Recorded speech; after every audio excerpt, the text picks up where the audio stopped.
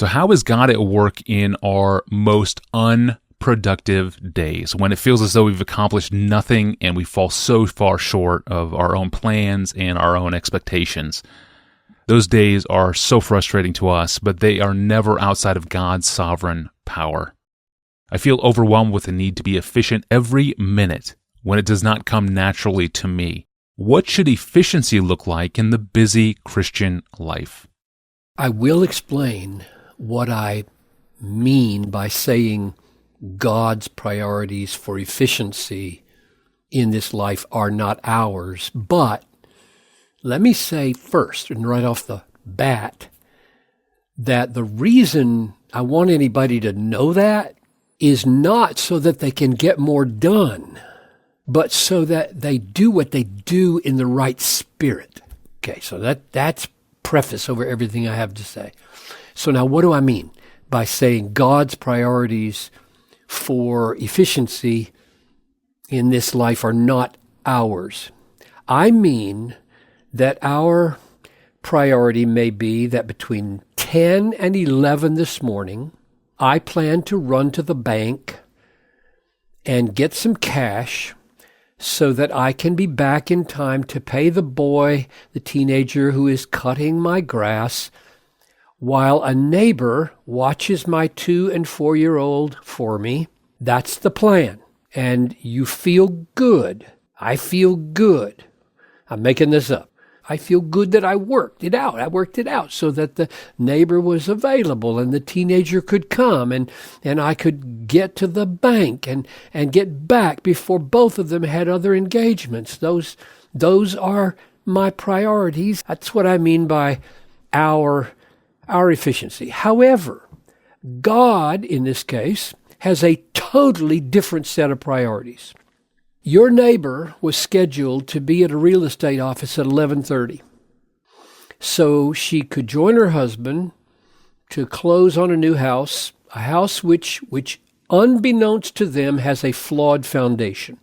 The teenager was planning to take his money from cutting the grass and pool it with some of the guys and buy some drugs that they shouldn't be using. You hit a traffic jam caused by a rollover of a semi, which has another unleashed story behind it, and you're locked up on the freeway for an hour. You never even get to the bank. You rush home as fast as you can. You get there an hour late. No money to pay the boy, and your neighbor has missed her appointment. You are frustrated almost to tears. Your efficiency proved utterly useless to accomplish your priorities. You failed. But God's priorities totally succeeded. He wanted to hinder that boy from buying drugs. He wanted to spare the neighbor from purchasing a house that's a lemon. And he wanted to grow your faith in his sovereign wisdom. Now that's what I mean by God's priorities for efficiency in this life are not ours. And in my view, this isn't happening just now and then. It's happening all the time. When you read the Bible, you see in virtually every book the story of God doing things that are not the way humans would do them or want them done.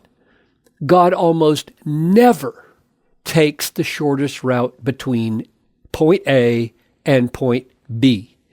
And the reason is that such efficiency, the efficiency of speed and directness, is not what he's about. His purpose is to sanctify the traveler, not speed him between A and B. Frustrating human efficiency is one of God's primary, I say primary, not secondary means of sanctifying grace. The story of Joseph, Genesis 37 to 50, is one of the clearest examples, right? Joseph is hated by his brothers, thrown in a pit, sold into slavery, sold to Potiphar, accused of sexual harassment, thrown into prison, forgotten by Pharaoh's butler, and then, finally, 17 years in, made vice president of Egypt so that he could save his family from starvation. Moral of the story: chapter 50, verse 20, he says to his brothers, you meant it for evil. God meant it. God had an agenda. God had a plan. God meant it for good. So you guys, you rascals, were the traffic jam that kept me from getting to the bank for 17 years. But God was positioning me to be the Savior of my people. And He was in no hurry. And I was being tested at every single point. Would I trust Him with His seemingly meaningless inefficiency? Which it wasn't.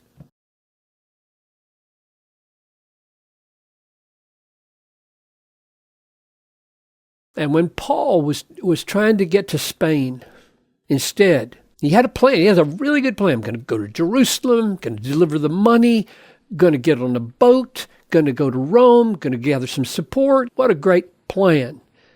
He found himself in prison in Rome. What did he say? What did he say in Philippians 1:12?